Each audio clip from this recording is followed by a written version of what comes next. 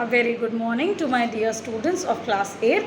I welcome you all to this new class of social science where now we are beginning with the second chapter of history, which is from trade to territory. Children, history always focuses on how the content to be taught, how the past should be delivered. Every past cannot be delivered in a haphazard way. So to make students aware about why it is important to study history in the first chapter, that how, where, what and when. So now we are coming to tell you that how from trade to territory the British East India Company came to India and established themselves. Okay, so chapter 2 is from trade to territory. The company establishes power.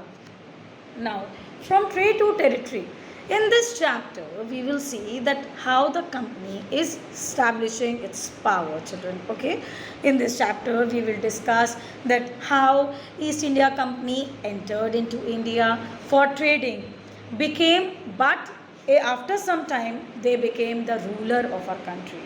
But before we start with our chapter, we should know that Indian history is broadly divided into three categories.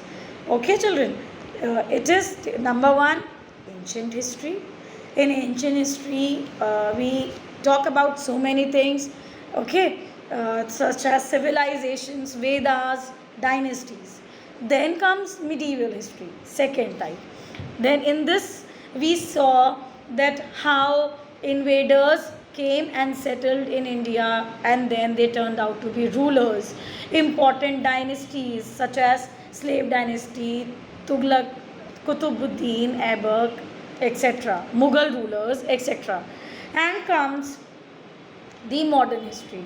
It deals with the coming of Britishers. So now we are dealing with the modern history, of course, because we are seeing how East India Company established in India. Okay, so our chapter lies somewhere between medieval history and modern history. So Aurangzeb, why medieval history and modern history? Because Aurangzeb is considered to be the last powerful Mughal ruler.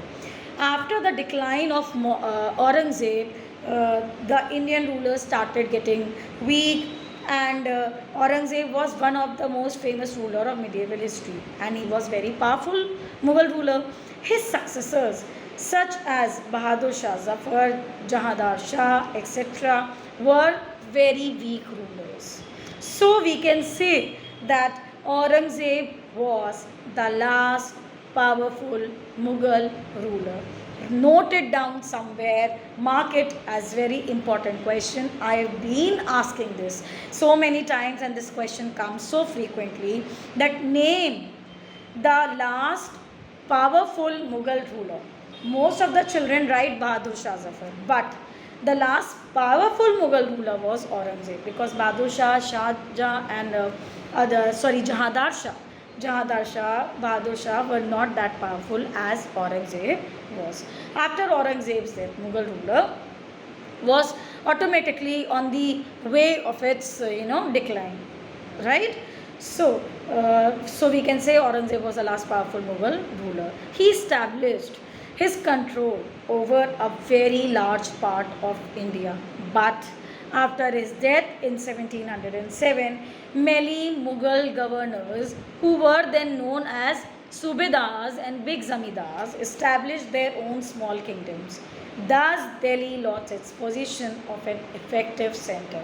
Okay, children, we can say this: there is a small town who is being run and administered by a small, powerful ruler. After the death of his powerful ruler, the different departments, the administrators who were ruling some portions, some areas of that place, obviously are going to get power, because now the top power is gone. So same happened in India, that because Aurangzeb died, there were so many subedars, zamindars who were big zamindars.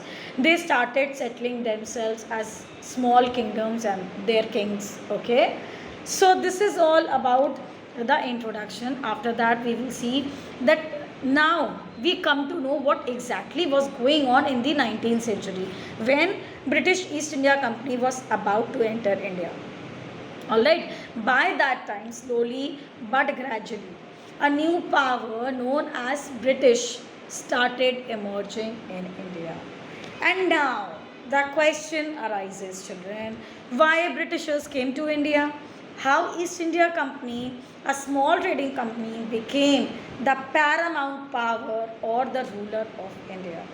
And that is the question we will try to understand through this chapter. That's all for today's introduction class, children. Till then, you need to read the chapter and come back in the next class. Thank you so much. See you all in the next class. Bye bye. Take care and stay safe. Bye bye.